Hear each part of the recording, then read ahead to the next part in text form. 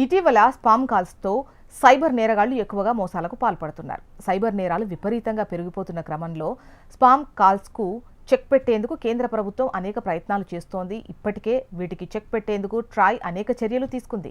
ఈ క్రమంలో స్పామ్ కాల్స్ను కట్టడి చేసి సైబర్ నేరాలను తగ్గించేందుకు టెలికాం రెగ్యులేటరీ ఆఫ్ ఇండియా బీమా కంపెనీలకు కీలక ఆదేశాలు ఇచ్చింది. బీమా కంపెనీలు తమ కస్టమర్స్కు కాల్ చేయడానికి తప్పనిసరిగా 1600 సిరీస్ నంబర్స్ను మాత్రమే వాడాలని ట్రాయ్ ఆదేశించింది.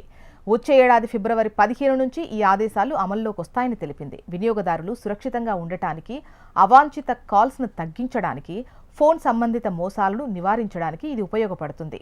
ఇక డిసెంబర్ 16న ట్రాయ్ జారీ చేసిన నోటీసుల ప్రకారం 2026 ఫిబ్రవరి 15 నుంచి సర్వీస్ లావాదేవీల కాల్ కోసం IRDAI నియంత్రణ సంస్థలు 1600 సిరీస్కు మారాలని ఆదేశించింది.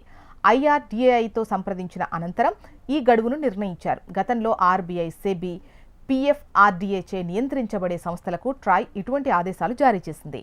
బ్యాంకింగ్, ఆర్థిక సేవలు, బీమా రంగానికి చెందిన సంస్థలు, ప్రభుత్వ సంస్థలకు 1600 సిరీస్ ఫోన్ నెంబర్లు కేటాయించింది.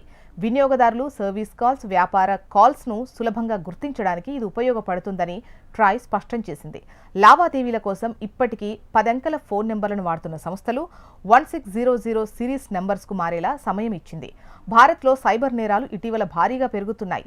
బ్యాంకు నుంచి ఫోన్ చేస్తున్నామంటూ ఓటీపీ తెలుసుకొని మోసాలకు పాల్పడుతున్నారు. దీనికి చెక్ పెట్టేందుకు ట్రాయ్ ఈ నిబంధనలు కొత్తగా అమల్లోకి తెస్తోంది.